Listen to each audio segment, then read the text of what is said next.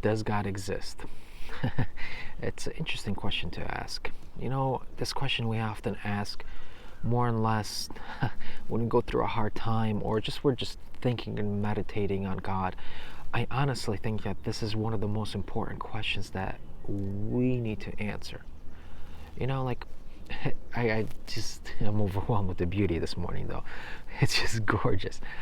But when you're going through a hard time and then you're just wondering, well, if God is there, why would He allow all these things? Or you could say, when you look at the pain people have and so forth, and you're like, wait, doesn't it completely make sense? I'm like, if I was a God, would I, creator of all this, would I do this or do that? It's a good question to ask. I grew up in a Christian family. My dad was always devoted. He made us go to church, made me read Bible and so forth. And there comes a point in your life where you're like, well, am I going to believe this? Am I just going to follow to what everybody else says and so forth? And I came to this conclusion that it seems to be impossible to not comprehend the existence of God. Like, let's talk practical. Practically speaking, like, when I listen to the evolution theory and so forth, it just seems like something I would just make up. Like, they keep adding numbers. They keep adding that it took longer time. And then there's a theory, right? When you actually press them. And then when you come around and it's like they're putting all their confidence on a theory. Like, dude, if God exists, I don't want to just believe in some theory. Like, it's like crazy. I'm like, it's gotta be insane. And then they keep hyping up the number that it took longer and longer for the universe. And I honestly think that the reason why they keep adding numbers is because there's really no explanation for it. Like, it's like something blew up. Like, where do the atoms come from? What happens to them after, and so forth. Like, it just questions that point to the existence of God. Like, I'm right now I'm around these trees and everything, and it's just gorgeous. Like, this is one of my favorite things in the morning. And it all points out, and you're looking at it, I'm like, someone had to have designed this. I mean, like, I try to make things work in my life. And when I try, there's a bunch of failures. And here goes a season. There goes food. There goes some delicious things and some sweet things we enjoy in this life. And I think it just calls out for a creator.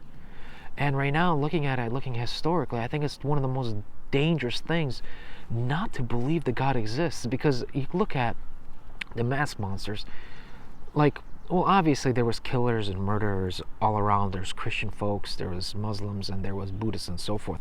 There was all of the above. But one of the greatest terrifying things we had in history was from atheists, people that wanted to deny that God existed. You take Stalin, like, I'm Ukrainian, and you take the Holodomor and all those millions of people being killed, and he banked on the idea that God doesn't exist and it's all a math equation. I gotta stay in power, and where we're at, this is all we got. You could take Hitler and just destroying all those Jews, and you're like, dang, well, this is the outcome of, you could say, denying God. And obviously you could say to some degree, well, there's plenty of amazing, like, you could say, people that added to humanity that were atheists and so forth, and that's all true. But to deny God's existence, it does seem like the most philosophically foolish idea we have.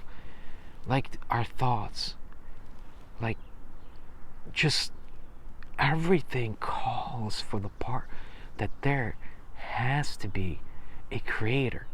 There has to be one. There just has to be. Like, there's no other explanation. Like, how we can reproduce, how there's animals.